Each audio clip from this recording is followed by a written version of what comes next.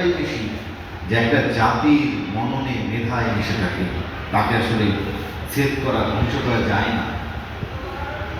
এই জন্য যে সকল জাতির ভিতরে সংস্কৃতি সাহিত্যের চর্চা বেশি, তারা আত্মিকই শুধু নয়, তারা রাষ্ট্রীয়ভাবেই পৃথিবীতে অনেক উন্নত।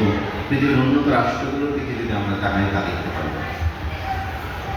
আলোচনা দীর্ঘায়িত না করি, আমি আগেই বলেছি রবি ঠাকুর সম্পর্কে দৃষ্টতা আমার নেই।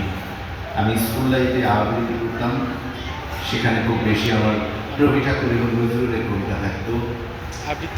তবে খুব ছোটবেলায় দেখেছি বাসায় বাবা হারমোনিয়াম নিয়ে গান গাইতেন। রবি ঠাকুরের রবীন্দ্র সঙ্গীত তার একজন সঙ্গীত শিক্ষকও ছিলেন।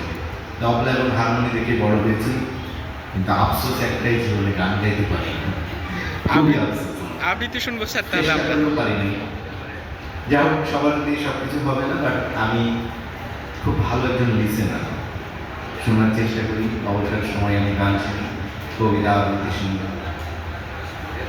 চেষ্টা করেছি, ঢাকা বিশ্ববিদ্যালয়ে থাকতেও একবার এই আবৃত্তি শেখার জন্য গিয়েছিলাম, বাট সময় হয়ে ওঠেনি।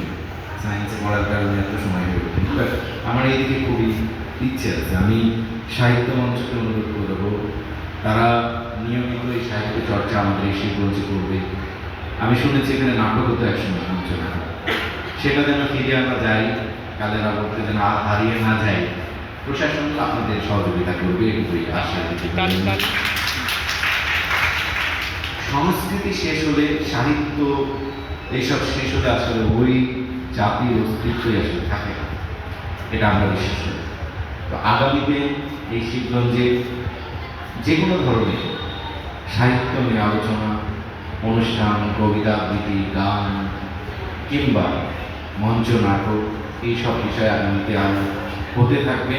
শিল্পকলা একাডেমি সবসময় এই অনুষ্ঠানের সাথে থাকবে, এটুকু আমি যারা করেছি। তো আজকে এই আয়োজন যারা করেছেন তাদেরকে ধন্যবাদ জানাচ্ছি, এবং যারা আজকের এই অনুষ্ঠানে বিভিন্ন গান, কবিতা, নাচ এগুলো প্রদর্শন করছেন তাদেরকেও ধন্যবাদ জানাচ্ছি উপজেলা প্রশাসনের পক্ষ থেকে। আগামীতে এই ধরনের অনুষ্ঠান আরও হবে, এই প্রত্যাশা দিতে আপনাদের সবাইকে ধন্যবাদ জানিয়ে শেষ করছি। আল্লাহ হাফেজ। স্যার একটা আবৃত্তি আসলে এখন প্রিপারেশন নেই, পরবর্তীতে